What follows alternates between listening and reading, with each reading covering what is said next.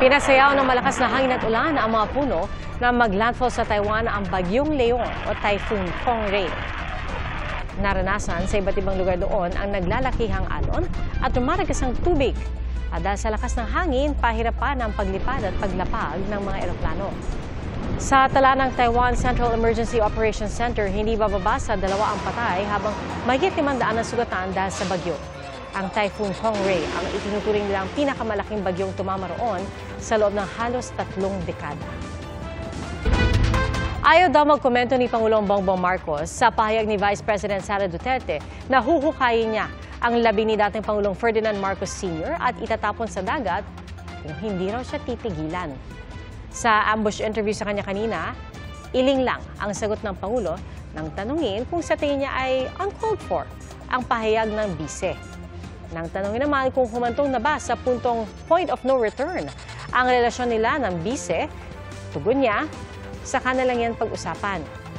Kasama po ang kanyang inang si dating First Lady Imelda Marcos, bumisita si Pangulong Marcos kanina sa puntod ng kanyang ama sa libingan ng mga bayani. Nagkaroon ng misa bilang pag-alala sa kanyang ama ngayong Undas.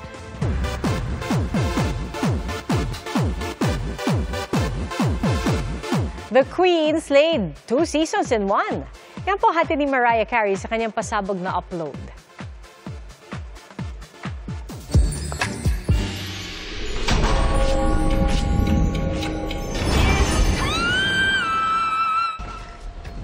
Sa simula ng video, giving Halloween vibes si Mariah na nag-ala Morticia Adams. Pero mabilis ang kanyang transformation at nagbihis Santa.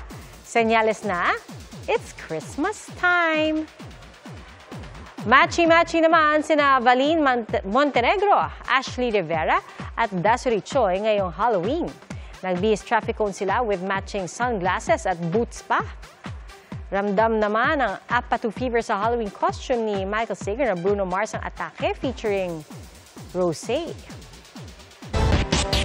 Kasabay po ng pagganda ng panahon sa Baguio City ang inaasahang pagdagsa ng mga turista ngayong long weekend. May mga nagsimula nang dumayo roon para makapag-relax.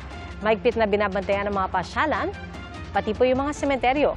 Dumami pa ang mga bumisita sa public cemetery na pinakamalaking sementeryo sa City of Pines.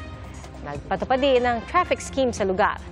Umaaray naman ang ilang nagtitinda ng bulaklak dahil kahit bagsak presyo na, ay matumal pa rin ang bentahan. Bukod po sa Baguio City, mahigpit ding binantayan ng otoridad ang nasa 200 sementeryo sa Cordillera Administrative Region.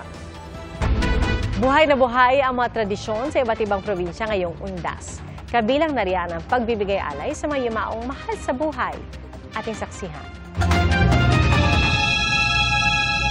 Nakakakilabot, mga elementong sa bangungot lang sana nakikita. Pero ang mga aswang, multo at iba pang kinatatakutan, ginawang inspirasyon ng mga kalahok sa Tingkaralag Festival 2024 Artistic Competition sa Pavia, Iloilo. Halloween night is Fright Night pa rin sa isla ng Boracay. Pabonggahan sa kanilang Halloween costume ang mga nakiparty. Pero paalala nga ng simbahan, ngayong All Saints Day, huwag kalimutang alalahanin ang mga banal. Kasuotan ng iba't ibang santo ang ipinarada sa ilang bahagi ng Cebu City. Sa Tuguegarao City sa Cagayan, binasbasan ng replika ng ilang santo. Para sa maraming Pilipino, ngayong November 1 ang nakagawiang araw ng pagbisita sa mga yumaong mahal sa buhay.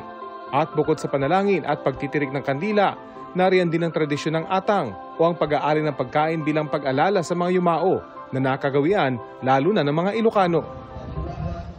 Sa Bohol, buhay pa rin ang tradisyon ng palina kung saan nilalakaran ng usok para maitaboy ang masamang espiritu.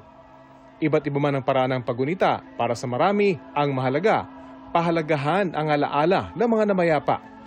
Para sa GMA Integrated News, Rafi Tima ang inyong saksi. Mga kapuso, salamat po sa inyong pagsaksi. Ako si Pia Arcangel. Para sa mas malaking misyon at sa mas malawak na paglilingkod sa bayan. Mula sa GMA Integrated News, ang News Authority ng Filipino. Hanggang sa Lunes, sama-sama tayong magiging saksi.